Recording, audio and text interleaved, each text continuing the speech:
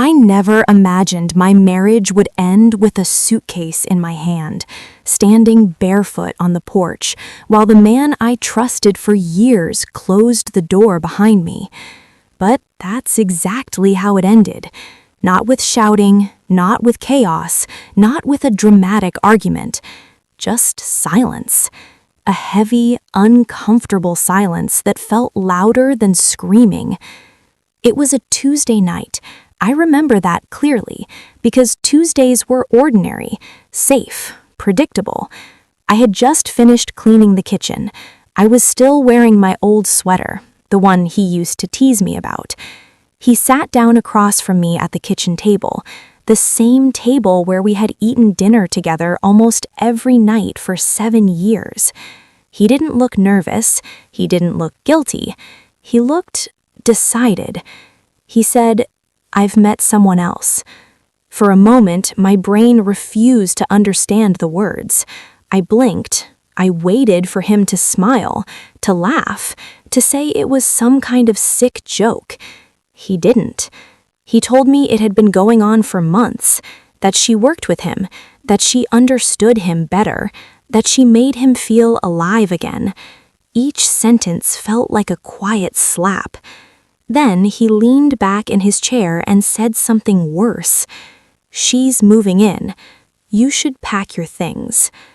I asked him if he was serious. I asked him if he was really throwing me out of my own home. He nodded, calm, almost bored. He told me the house was in his name, that legally I had no right to stay, that fighting would only make things ugly. He said, "It's better if you just leave quietly." Quietly, as if 7 years of my life meant nothing, as if I was just a guest who had overstayed her welcome. That night, I packed a single suitcase. I left behind furniture, books, photographs, wedding gifts. I left behind the woman I used to be. When I walked toward the door, I waited for him to stop me, to say he was sorry, to ask me where I'd go. He didn't. The door closed behind me, and I stood there in the dark, realizing I didn't have a home anymore. For weeks, I slept on a friend's couch. I cried in the shower so no one would hear me. I smiled during the day and broke apart at night. I replayed every memory, searching for signs, moments I had missed, things I should have noticed. I blamed myself. I felt stupid, replaceable, disposable. He moved on fast. He posted pictures online, smiling, traveling, renovating the house. My house. It was like I had never existed. Then, one afternoon, everything changed. I was going through the few documents I had grabbed in a rush that night, receipts, old mail, random papers, and I found a folder. Inside were documents from years ago, house paperwork, refinancing documents. I almost put it back. Almost. But then I saw my name, not everywhere, not loudly, but quietly, legally. Years earlier, when we refinanced the house, he had added my name to the deed. He never explained it. He never thought it would matter.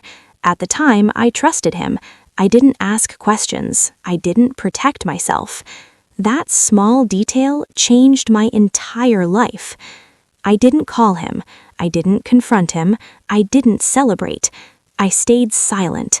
Instead, I hired a lawyer, quietly, carefully. I learned that legally I owned half of the house, and that with patience, planning, and discipline, I could own all of it. So I disappeared.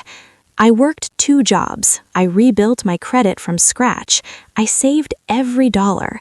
I said no to vacations, no to comfort. I watched from a distance as he played house with her, as he spent money like he had won something. He had no idea what was coming. Exactly 1 year after the night he kicked me out, I walked back to that house, not angry, not desperate, prepared. He opened the door and frowned, confused, annoyed. He asked what I wanted. I said calmly, "I'm here about the house." He laughed, actually laughed, and said, "You don't live here anymore." That's when I handed him the documents. His smile disappeared. He read the first page, then the second, then his hands began to shake. The house wasn't his anymore. I had bought his share. Every signature complete, every legal step finalized. He asked if this was some kind of joke. I said no. I told him he had 30 days to move out. That was the first time I saw fear in his eyes. He begged, he apologized, he blamed stress, he blamed her, he blamed everyone but himself. He asked if we could talk, if we could fix things. I listened, then I said quietly, "This is exactly how you spoke to me. Now you understand how it feels." He moved out 30 days later. The house is quiet now, peaceful. Sometimes I sit at that same kitchen table, but I don't feel pain anymore. I feel strength. Because I learned something important. You don't need to scream to get revenge. You don't need to destroy someone. Sometimes you just stay patient, stay silent, and let karma return what was always yours.